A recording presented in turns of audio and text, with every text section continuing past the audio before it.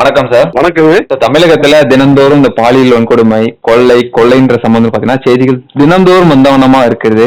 ஆனா இங்க இருக்கக்கூடிய ஆளும் கட்சி சார்ந்த கூட்டணி தலைவர்கள் எல்லாமே என்ன பண்றாங்கன்னா உலக நாடு போர் வந்துட்டு பெரிய அளவுல கண்ணீர் வடிச்சிட்டு இருக்காங்களே, எப்படி பாக்குறீங்க சார் நீங்க? சார் 2 வயசு பெண் குழந்தைய திமுக காரன் கற்பழிச்சு கொள்றான் சார். அதுக்கு இவங்க கண்ணீர் உள்ள பல்கலைக்கழகத்துல இளவயது மாணவிய பாலியல் பலாத்காரம் பண்ணாங்க. அதுக்கு இவங்க இது பண்ணல. அஜித்குமார் போலீசாரால அடித்து கொல்லப்பட்டாரு. அதுக்கு இவங்க கண்ணீர் விடல. கள்ளக்குறிச்சி கள்ளசாராய சாவுக்கு 68 பேர் இறந்தாங்க. அதுக்கு எந்த பயலும் கேட்கல. கோவையில் இந்த பாட்ஷா குண்டு வச்சு 58 பேர் இறந்து போனாங்க. அதுக்கு இவங்க அதை பத்தியே பேசல.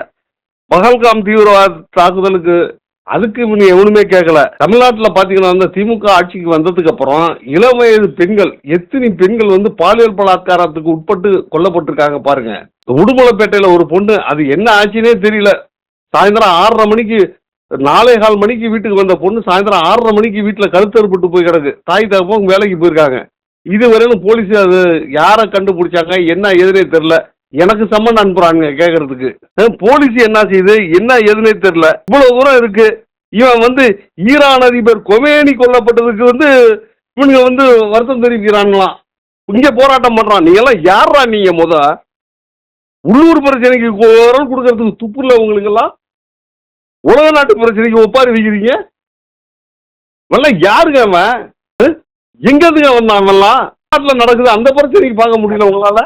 தமிழகத்துல என்னதான் பாலியல் வன்கொடுமை சம்பவம் வந்தாலுமே கூட்டணி கட்சி தலைவர்கள் இப்போ ஒரு வருத்தத்தை தெரிவிக்கிறாங்கல்ல சார். தூத்துக்குடி விளாத்திக்குளத்துல நடந்த சம்பவத்திற்கு எல்லாருமே வருத்தம் தெரிவிச்சிருக்காங்க. இது எப்படி நீங்க பாக்குறீங்க? ஏன் வெறும் வருத்தம் தெரிவிச்சா போகுமாங்க? ஏங்க கூட்டணி கட்சியில இருக்காங்க, கட்சி விட்டு வெளியே வந்துட வேண்டியது தானே?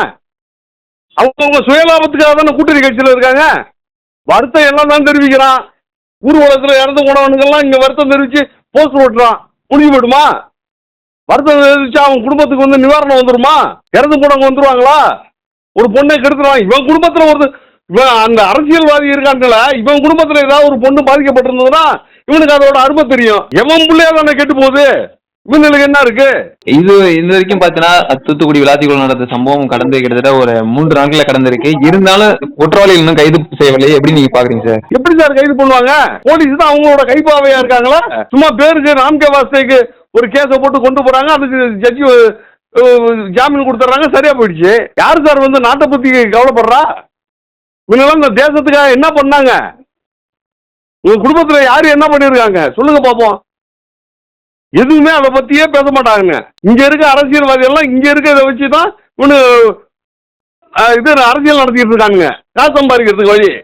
நமக்கு 4 சீட்டு கொடுப்பாங்களா, நமக்கு 6 சீட்டு கொடுப்பாங்களான்னு. அப்புறம் எப்படி இவெல்லாம் ஏத்து கேட்பான்?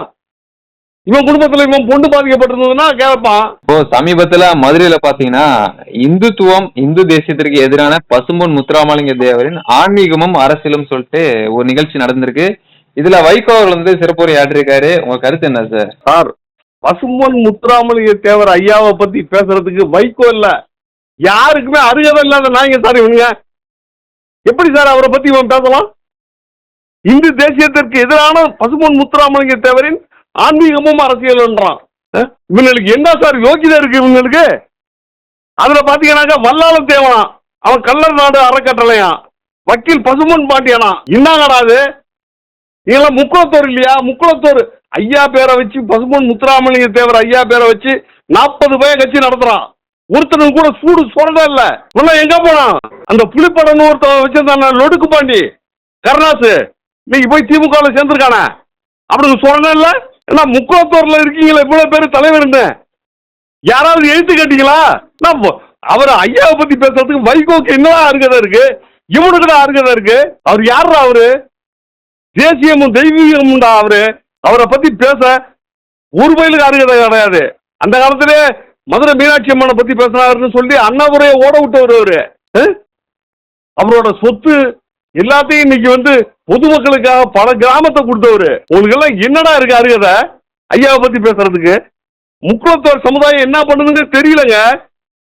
அவரு தேசியம் காத்த செம்மலுங்க. அவரு தேசியம் உடல் தெய்வீகம் உயிர்னு வாழ்ந்தவருக்கு. அவரு 3 முறை நம்ம நாடாளுமன்ற தேர்தலில் போட்டி இல்லாம போட்டி வெற்றி பெற்று ஜாதி மத வேறுபாடுகளை கடந்து மக்களை சம நோக்கோட பார்த்தவருங்க அவரு.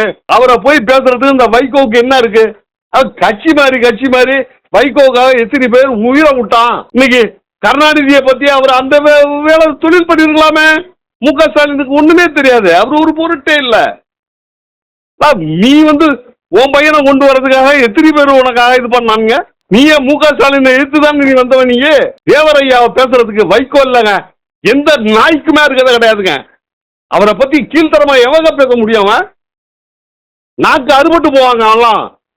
அவெல்லாம் ஒரு ஜென்மமாவன் சும்மா வெள்ளை வேட்டியும் சட்டையும் கட்டிக்கிட்டு மேடா மினிக்கா வந்துடா போதுமாடா. நீங்களாம் எதுக்கா உயிரோட இருக்கீங்க?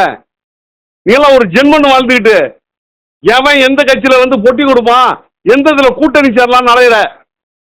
இன்னைக்கு அந்த கட்சி, அடுத்ததுக்கு அடுத்த கட்சின்னு இவெல்லாம் யாருங்க? அவன் இவெல்லாம் படிச்சவன். அவன் இதுல வேற பாராளுமன்றத்துல ராஜ்யசபா உறுப்பினராக இருந்தவரான். அவரு வெக்க கேட்டா பயிலுக்கு அவனுங்கெல்லாம் எதுக்கு இவனுங்கெல்லாம் வேட்டி கட்டிடுறான்? அவன்லாம் ஏன் பேச வேண்டியதுதானே? தமிழ்நாடு தீவிரவாதம்னு சொல்லி பேசி பாரு. ஜமேஷா மூபின்றவங்க கோயம்புத்தூர்ல குண்டை எடுத்துட்டு போனானே, மாருதி கார்ல வெடிச்சுத, அப்ப சிலிண்டர் வெடிச்சிருந்தாங்களா? அப்ப அதை பத்தி பேசுங்களா?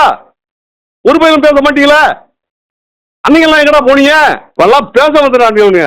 அவர் பசுமான ஐயாவை பத்தி பேசுறதுக்கு எவனுக்குமே யோகிதை கிடையாது சார். அவர் இன்னைக்கு தன்னோட சொத்துக்களை ஏழை மக்களுக்கு எல்லாம் கொடுத்துட்டு அவரு கல்யாணம் பண்ணிக்காம பகவானை நினைச்சு வேண்டிக்கிட்டு முருகா முருகான்கிட்டே இருந்து இன்னைக்கு ஐஎன்ஏவோட நேதாஜியோட சுபாஷ் சந்திர போஸ் நேதாஜியோட படையில தமிழக தலைவரா இருந்தவருங்க. அவரு நேதாஜி தோல்ல கை போட்டு பேசக்கூடிய அளவுக்கு இருந்தவருங்க. அவரை பத்தி இவனுங்க எல்லாம் பேசுறானுங்க தரங்கட்ட நாய்ங்க. இந்த தரங்கட்ட பயில்களுக்கு என்னங்க பேசுறதுக்கு முடியும்? இவெல்லாம் என்னங்க பண்றான்? இந்த முக்குளத்தோர் சமுதாயத்தில் இத்தனை கட்சி வச்சு நடத்துறவங்க என்னங்க பண்றான்? எல்லாம் என்ன பண்றான்? இவனுக்கெல்லாம் தெரிய வேணாமா அவனுக்கு? தகவல் கொடுத்தமைக்கு நன்றிங்க சார். ஜெய் ஹிந்த் சார், ஜெய் பாரத்.